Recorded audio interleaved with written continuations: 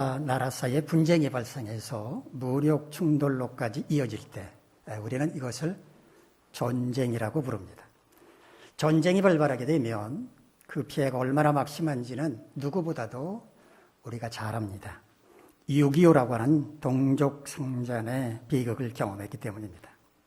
따라서 전쟁은 할 수 있는 대로 피하는 게 좋지만 그렇다고 해서 무조건 피할 수만도 없습니다. 때로는 어쩔 수 없이 싸워야 할 때도 있습니다. 그러므로 언제라도 싸워 이길 수 있는 힘과 능력을 가질 때 상대방이 나를 얕잡아 보지 않고 함부로 덤비지 않게 되는 겁니다. 그런데 전쟁은 꼭 당사자끼리만 싸우는 건 또 아닙니다. 때로는 당사자들은 뒤로 빠지고 대리인들이 싸울 때도 있습니다. 이런 전쟁을 가리켜서 대리전쟁이라고 하는데 우리가 겪었던 6.25도 사실은 대리전쟁이었습니다. 소련과 중국을 등에 업은 북한 정권 그리고 미국과 유엔 연합군의 지원을 받은 남한 정권이 싸운 전쟁이었기 때문입니다. 20년 동안 계속됐던 베트남 전쟁도 대리전쟁이었습니다. 본래 베트남은 프랑스의 식민 지배를 받고 있었는데요. 1946년 프랑스로부터 독립하겠다는 선언을 합니다. 하지만 독립한 지 얼마 되지 않아서 베트남 남과 북으로 북베트남과 남베트남으로 분단되고 맙니다. 우리나라와 똑같이 북쪽에는 공산정권이 들어섰습니다. 북측의 공산정권은 베트남 남쪽을 공산하겠다라는 목표로 남측 내 공산주의 교육을 받은 베트공을 앞세워서 반정부 투쟁, 내란 선동을 벌이도록 했습니다.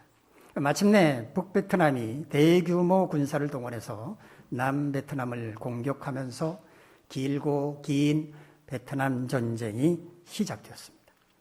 중국과 소련은 북베트남에 군수품을 지원했고 미국은 남베트남에 장비와 함께 군사까지 지원을 했습니다.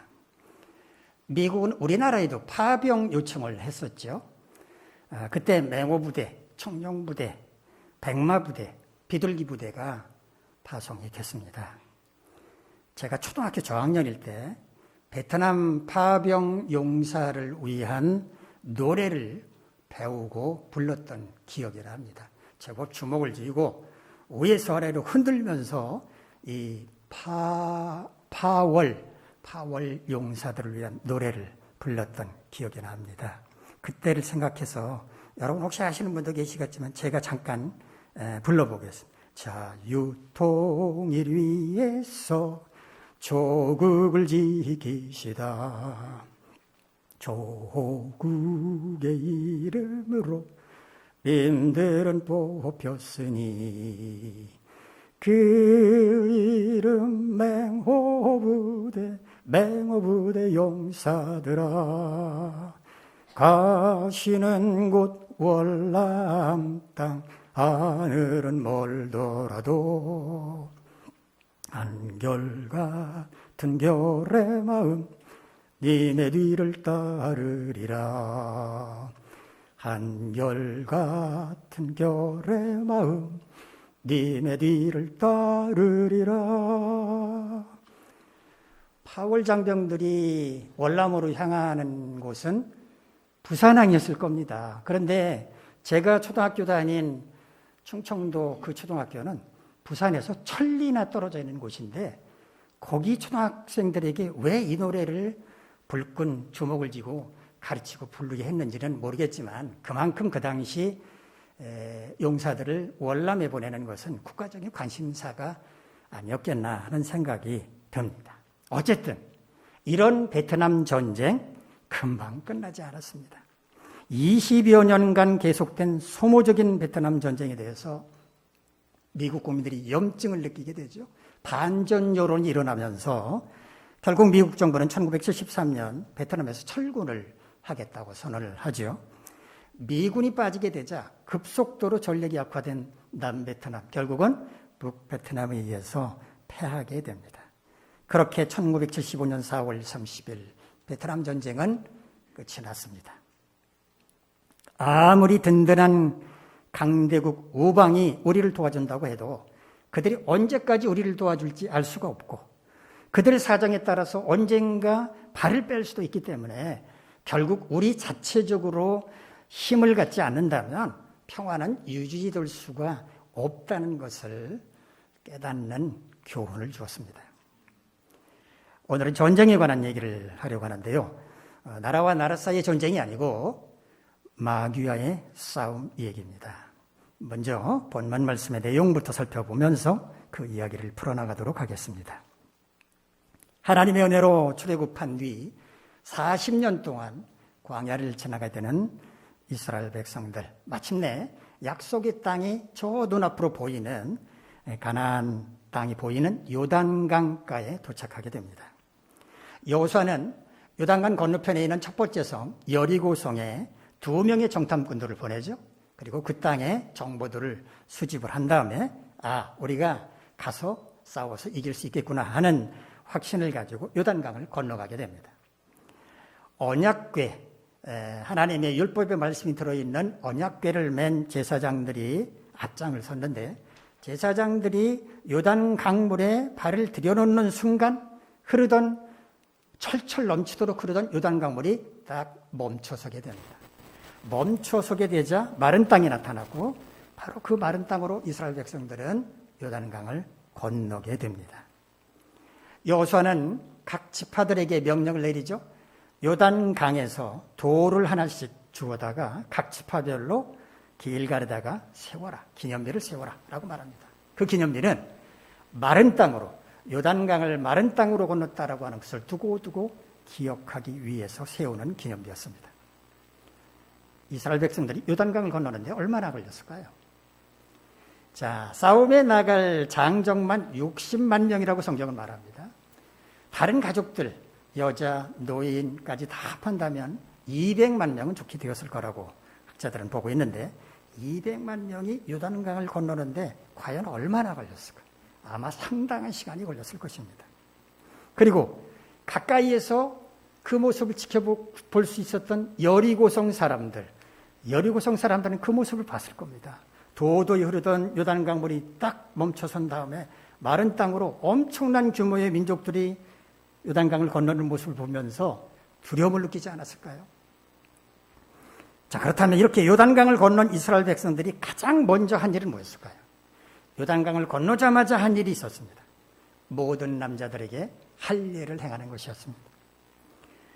당시는 역사적인 발전 단계로 볼 때 청동기 시대에 속했습니다. 청동기 시대는 청동으로 만든 무기를 사용했던 시대인데 출애굽한 이스라엘 백성들이 청동기 무기가 있을 리가 있습니까? 없지요. 부싯돌로 만들어서 할례를 행하도록 했습니다. 이스라엘 역사상 가장 먼저 할례를 행한 것은 아브라함 때였습니다. 창세기 17장에 나오는데요. 하나님은 아브라함이 99살, 99세가 될 때 아브라함에게 할례를 행하라고 명령을 하십니다. 너로 하여금 모든 민족의 아비가 되게 하겠다라고 하는 언약과 함께 할례를 행하라고 명령을 하셨습니다. 모든 남자에게 할례를 행할 뿐만 아니라 너희들뿐만 아니라 당대뿐만 아니라 대대로 이어가면서 이스라엘의 남자들은 할례를 행해야 한다. 낳은 지 8일이 되면 반드시 할례를 행해라. 이것이 나와 너희 사이에 하나님과 그들 이스라엘 민족 사이에 언약의 표징이라고 말씀을 하셨습니다. 우리나라에서도 아들을 둔 부모님들은 아들이 어릴 때 포경수술을 해주죠. 그 이유는 뭡니까? 우리도 이스라엘 백성들처럼 선택받은 백성이라고? 아니죠. 우리나라에서 하는 포경수술은 순전히 위생적인 이유 때문에 그렇게 합니다. 하지만 이스라엘 민족에게 있어서 할례는 하나님과의 언약의 표징이었기 때문에 할례는 그 민족의 정체성이나 마찬가지였습니다. 그런데 할례를 행하게 되면 그 상처 때문에 통증으로 인해서 거동하는 것이 쉽지가 않습니다.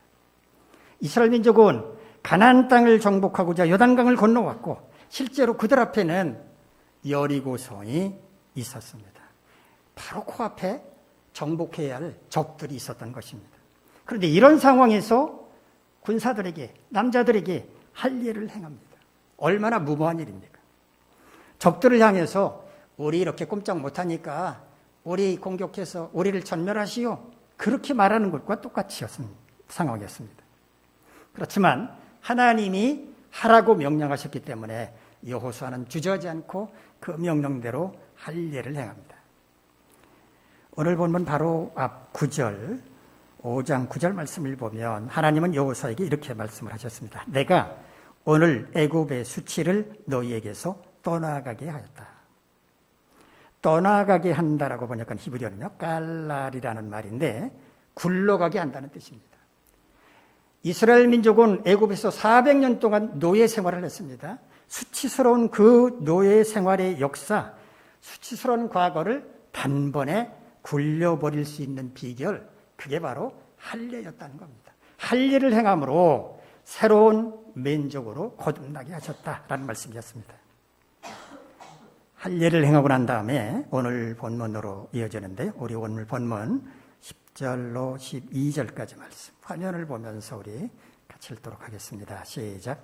또 이스라엘 자손들이 길갈에 진쳤고 그달 14일 저녁에는 여리고 평지에서 유월절을 지켰으며, 유월절 이튿날에 그 땅에 소산물을 먹되 그날에 무교병과 볶은국식을 먹었더라.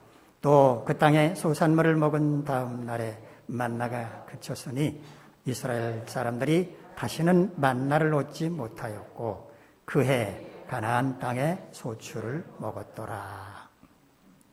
할례를 행한 이스라엘 백성들은 그곳에 장막을 쳤다고 말합니다. 할례를 행했기 때문에 거동할 수가 없었으니까 그 자리에서 좀 머물다가 이동하려고 한 것입니다. 그런데 그들은 거기서 유월절을 지켰다고 말합니다. 유월절, 맨 처음 시작된 것은 이스라엘 백성들이 출애굽하기 바로 직전이었습니다. 하나님은 애굽 땅에 10가지의 재앙을 내리죠. 첫 번째, 두 번째, 세 번째 재앙을 차례차례 내리시면서 10번째 재앙, 사람이든 짐승이든 첫 번째라는 것은 다 죽어나가는 10번째 재앙을 내리시기 전에 이스라엘 백성들에게 유월절을 지키라고 명령을 하십니다. 각 가정마다 어린 양을 잡아서 그 피를 대문에 바르고 고기는 불에 구워서 쓴나물, 무교병과 함께 먹으라고 말씀을 하셨습니다. 그렇게 하면 죽음의 사자가 애굽 전 지역을 돌아다닐 때, 돌아다니면서 사람이든 가축이든 처음 난 것은 죽일 때 문에 피가 발라진 집은 그냥 지나갈 것이다, 그냥 넘어갈 것이다 라고 말씀을 하셨습니다. 그래서 유월절은 히브리어로 베사흐라고 말합니다. 이 베사흐란 말은 머뭇거리다, 스쳐 지나간다는 뜻을 가진 바사흐란 동사에서 유래가 된 말입니다. 그렇다면 왜 베사흐를 유월절이라고 번역을 했을까? 죽음의 사자가 어린 양의 피가 묻어있는 집의 대문을 보고 그냥 스쳐 지나간다라고 하는 것을 한자로 표현하는 것이 바로 유월절입니다. 그래서 한자로 너물유, 너물월, 절기절, 넘어가는 절기다라는 의미로 유월절이라고 우리말로 번역을 한 겁니다. 이 유월절을 영어로는 패스오버라고 하는데, 이 패스오버라는 뜻은 제외하다, 피하다, 무시한다, 그런 의미입니다. 이스라엘 백성들이 출애굽한 후에 광야를 지나는 동안에는 이런 유월절을 지킬 수가 없었습니다. 그런데 요단강을 건너서 길갈이라고 하는 곳에서 그 유월절을 다시 시작했다라는 의미입니다. 하나님은 왜 바로 그 시점에서 유월절을 다시 지키라고 명령을 하셨을까요? 애굽 온 땅 그곳을 죽음의 사자가 휩쓸고 지나갈 때 하나님께서 어린 양의 피가 발라진 그 집을 구원해 주셨던 것을 기억하면서 그 은혜, 구원의 은혜에 감사하도록 하기 위해서였습니다. 가나안 땅을 정복하기 위해서는 앞으로 수많은 전투를 벌여야 하는데 그 모든 과정을 통해서 하나님께서 그들을 구원해 주실 것을 믿는 마음으로 유월절을 지켜라 라고 말씀을 하신 것입니다. 그런데 이스라엘 백성들은 이때까지도 만나를 먹었다고 하죠. 유월절 이튿날에 그 땅의 소산물을 먹자 다음 날부터 만나가 그쳤다라고 말하고 있습니다. 그 땅의 소산물을 먹었다고 해서 그들이 직접 농사를 지은 그런 농작물을 먹었다는 의미는 아닐 것이고 그 땅에서 먹거리를 구할 상황이 되었다라고는 의미일 것입니다. 그렇게 스스로 먹거리를 구할 수 있는 상황이 되자 이제는 만나가 필요 없게 되었다는 것을 말해주는 겁니다. 자, 우리 본문 13절부터 15절까지 말씀 화면을 보면서 한번 같이 읽겠습니다. 시작. 여호수아가 여리고에 가까이 이르렀을 때에 눈을 들어본즉 한 사람이 칼을 빼어 손에 들고 마주 서 있는지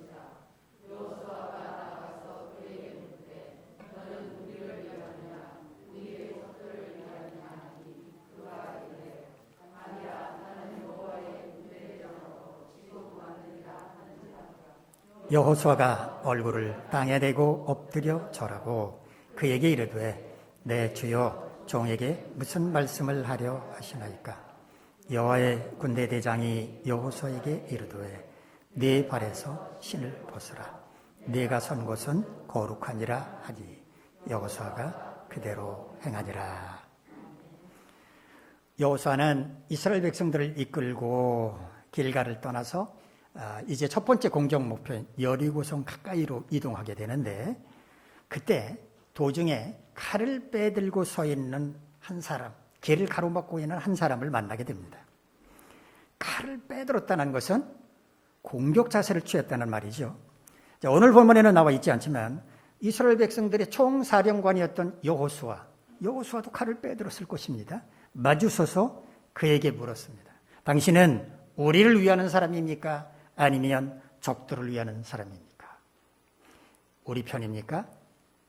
상대방 편입니까? 라고 물어보는 것입니다. 그러자 그 사람이 말합니다.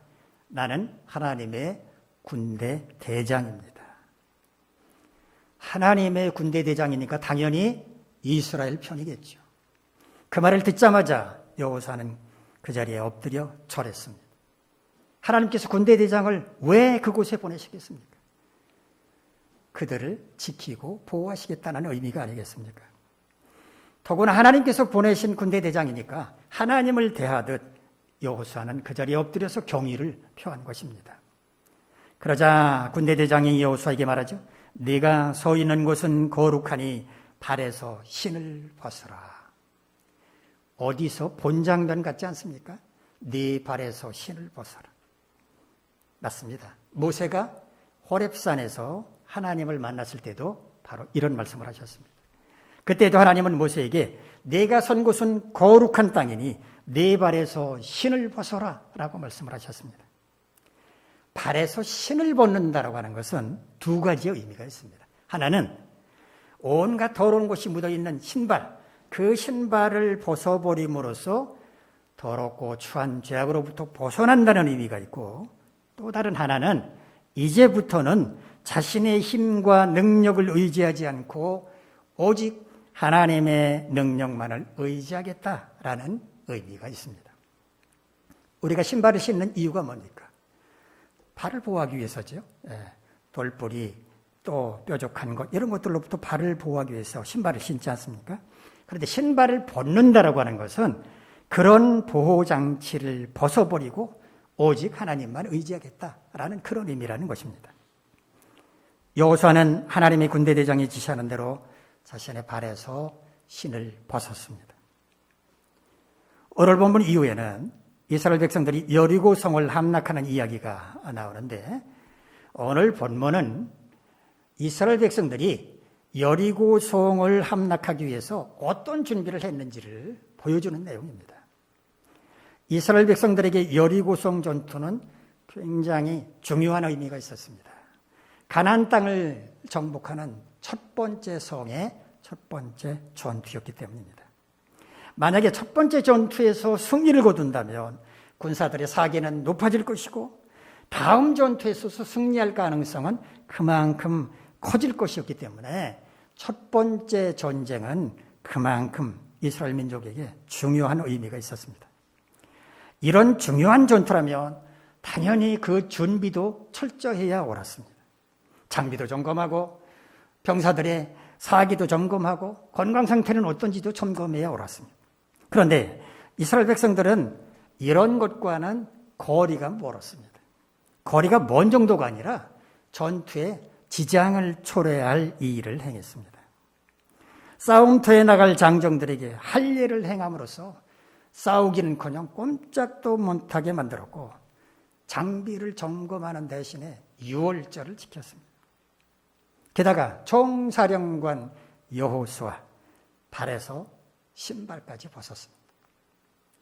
만일 적이 공격해 온다면 앞장서서 진두지휘해야 할 총사령관이 신발을 벗고 있으면 어떡한단 말입니까?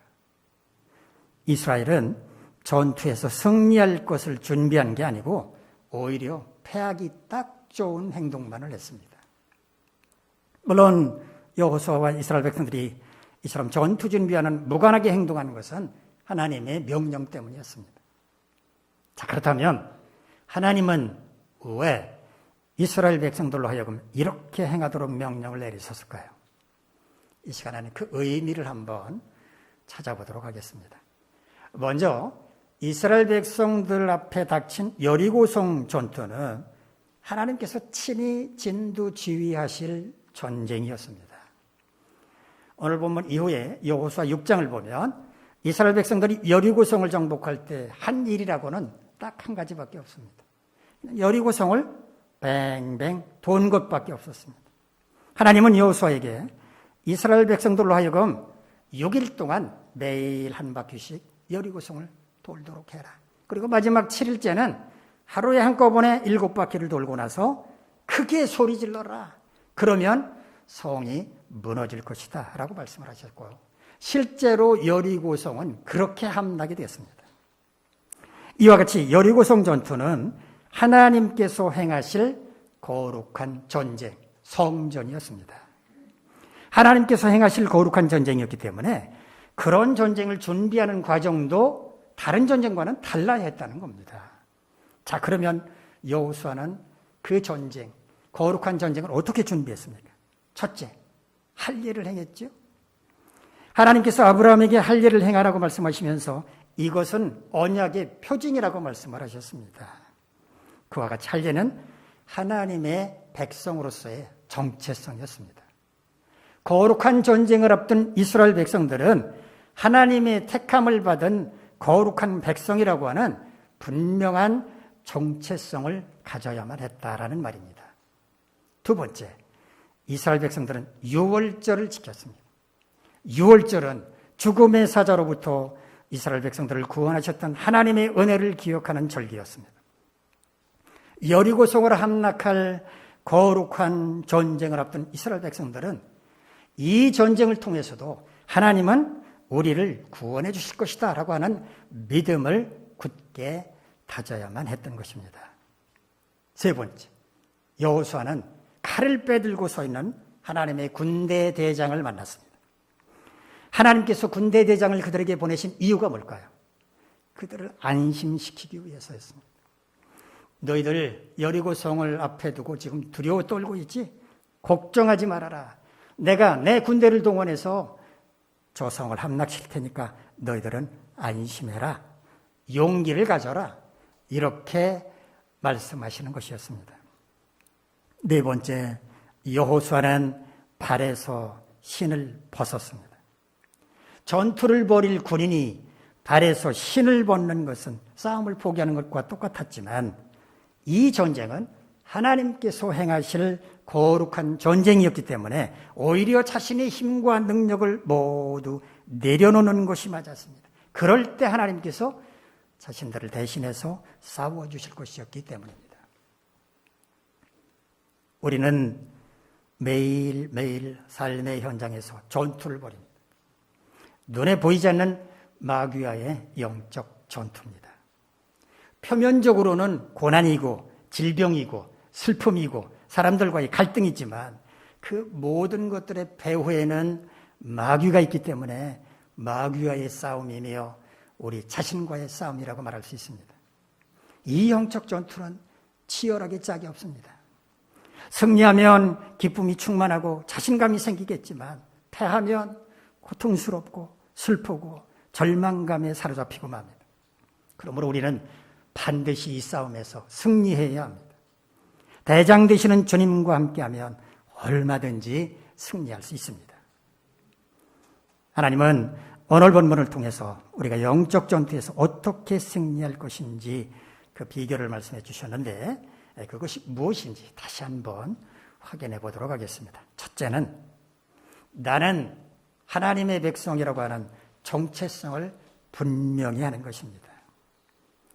전쟁이 벌어졌을 때 어느 쪽이 뛰어난 무기를 갖고 있는지, 또 얼마나 뛰어난 전략을 구사하는 지휘관이 있는지, 통신과 보급은 얼마나 원활하게 이루어지는지가 승패를 좌우겠습니다마는 비록 이런 것들이 부족하다고 할지라도 병사들의 사기가 하늘을 찌른다면 승리할 가능성은 그만큼 커집니다. 러시아와 우크라이나 전쟁을 보면 알 수 있지 않습니까? 비교할 수도 없는 우크라이나 저렇게 꿋꿋하게 버티는 이유가 뭐겠습니까? 사기입니다. 하늘을 찌르는 사기 때문입니다. 그렇다면 영적 전투에서 사기란 뭘까요? 나는 전능하신 하나님의 백성, 하나님의 자녀라고 하는 분명한 정체성을 갖는 것입니다. 자기 아빠가 파출소장만 돼도 꼬마들은 어깨를 으쓱거리며 다닙니다. 왜 그럴까요? 자기에게 무슨 일이 있으면 아빠가 배트맨처럼 당장 달려와서 자기를 도와줄 거라고 믿기 때문입니다. 그런데 우리 아버지는 전능하신 하나님이시지 않습니까? 두려워할 게 뭐가 있겠습니까?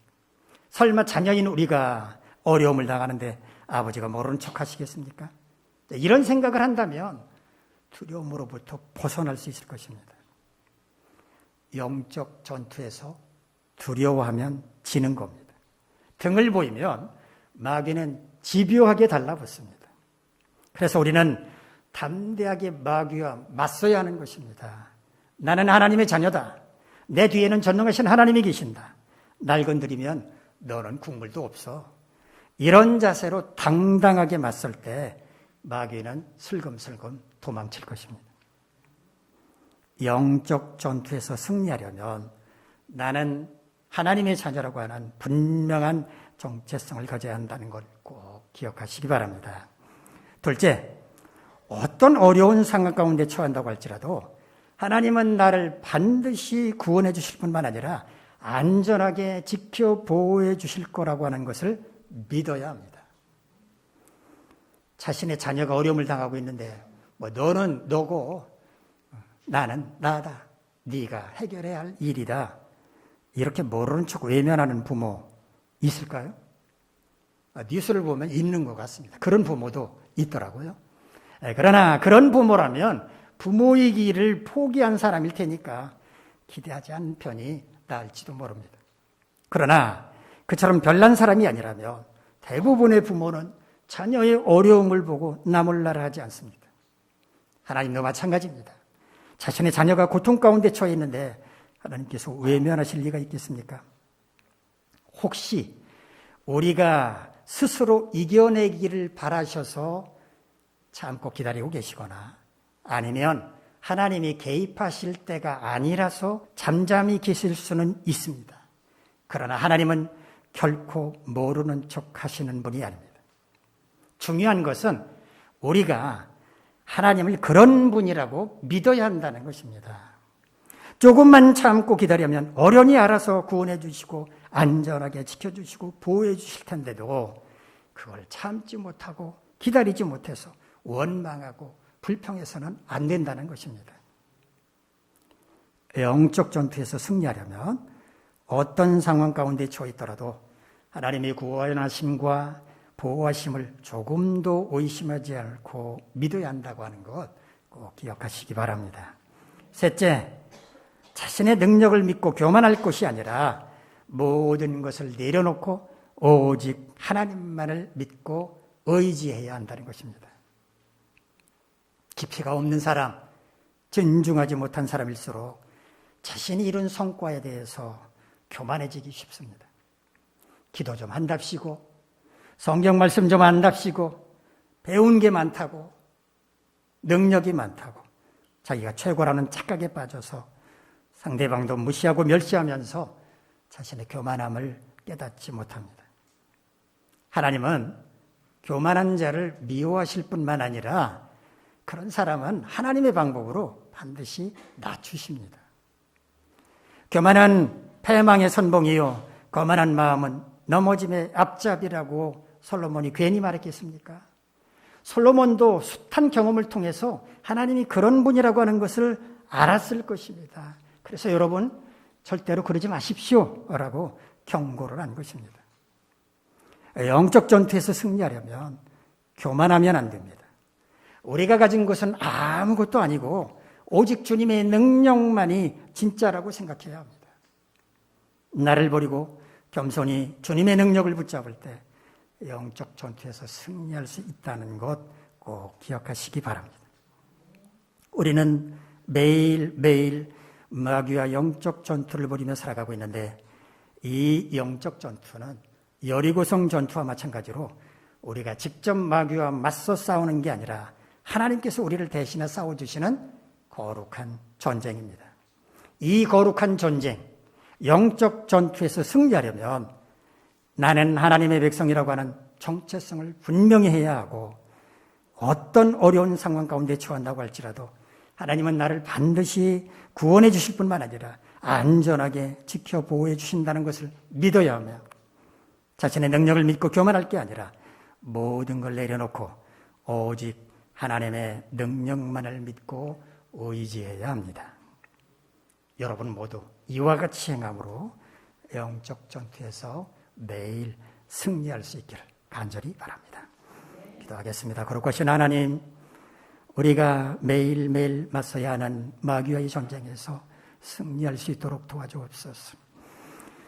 이 거룩한 전쟁은 하나님께 속한 것이라고 하는 것을 깨닫고 하나님의 백성이라고 하는 정체성 분명히 하고 어떤 어려운 상황 가운데 처한다고 할지라도 하나님은 반드시 나를 구원해 주실 것과 나를 안전하게 지켜주실 것을 굳게 믿으며 내 능력 믿고 교만하지 말고 주님의 능력만을 믿고 의지함으로 항상 영적 전투에서 승리하게 하옵소서.